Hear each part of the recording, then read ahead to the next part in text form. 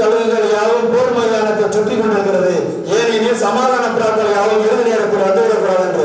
அந்த மாதிரி கற்பனை நயங்களும் கவி நயங்களும் கொண்ட ஒரு பெருநாவல் நிச்சயமாக படைப்புலகத்திலே கொண்டாடப்படும். அதே நேரம் இந்த நாவல் வெறும் படைப்பாக படைத்திருந்தால் இன்னும் எவ்வளவோ எழுத்தாளர் பெருமக்களை, ஐயா எஸ்ரா உட்பட எத்தனையோ எழுத்தாளர் பெருமக்களை கொண்டு வந்து இதை இந்த புத்தக எழுத்தாளரை ஒரு புதிய எழுத்தாளரை அறிமுகம் செய்கிறவர்களாக நாங்கள் ஏற்பாடு செய்திருப்போம். எங்களுடைய நோக்கம், அண்ணன் ராஜ்குமார் அவர்களுடைய நோக்கம் படைப்புலகத்திலே நாங்கள் இடம்பெற வேண்டும் என்பது அல்ல.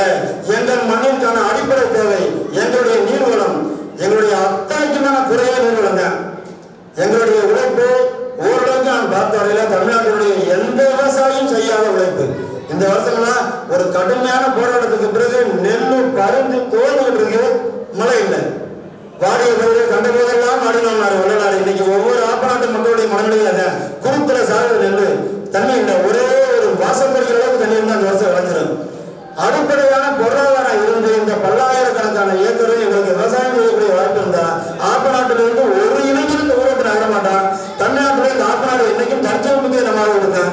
அதற்கான ஒத்துழைப்பை ஐயா குமார ரவிக்குமார் உட்பட ஏனைய பெரியவர்கள் அத்தனை பேரும் எங்களுக்கு கிடைக்கிற நல்கணும்.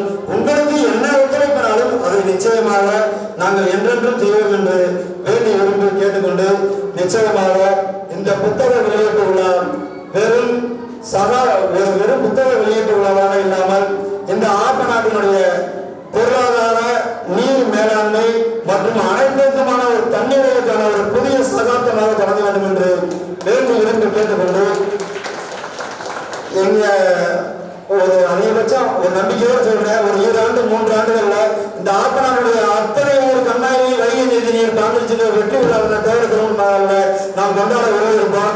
அத்தனை ஆப்பநாடு இளைஞர்கள் ஒத்துழைக்கணும். அத்தனை ஆப்பநாடு கிராம மக்களும் ஒத்துழைக்கணும். நிச்சயம் என்றென்றும் நாம் அறத்திற்கும் ஆன்மீகத்திற்கும் நான் மட்டுமல்ல, அண்ணன் அவர்கள் மன்னரம் என்ற புத்தகத்திற்கு பெயர் வைப்பது போல மக்கள் மட்டுமல்ல, இந்த மண்ணும் கூட அறத்திற்கும் ஆன்மீகத்திற்கும் உழைத்திருக்கிறது.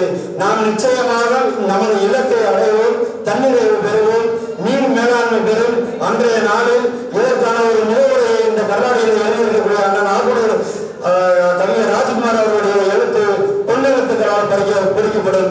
அதற்கான ஒரு வாய்ப்பை காலம் நிச்சயமாக நல்கும் என கருதி, வான்மலை வளாக மலிவளம் சுரக்க மன்னன் போன்முறை அரசு செய்ய குறைவில்லாத உயிரெல்லாம் வாழ ஆதிநாதனை அடி ஆப்பனூரானை தனிந்து விடுகிறேன். நன்றி, வணக்கம்.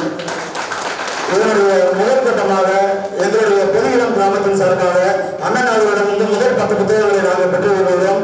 எங்களுடைய ஊர் முழுவதும் இந்த புத்தகங்கள் விளையாடும். அதுபோல அத்தனை ஆப்பநாட்டு கிராமங்களும் இந்த புத்தகத்தை என்னை மாதிரி 1000 பேர் பேசலாம். அதற்கான தேவைகளுக்கு அண்ணனுடைய ஒற்றை எழுத்து நிறுவி கொண்டே இருக்கிறது. முதலிலே ஒரு அதிகபட்சமாக 1 மாத காலத்திற்குள்ள இந்த ஆப்பநாட்டினுடைய அத்தனை ஊர்களும் இந்த புத்தகத்தை சேர்த்திருக்க வேண்டிய அடிப்படை கடமையை செய்வோம் என்று விரும்புகிறேன். வாழ்க பாரதம், வாழ்க நற்றமிழர் திருநாடு.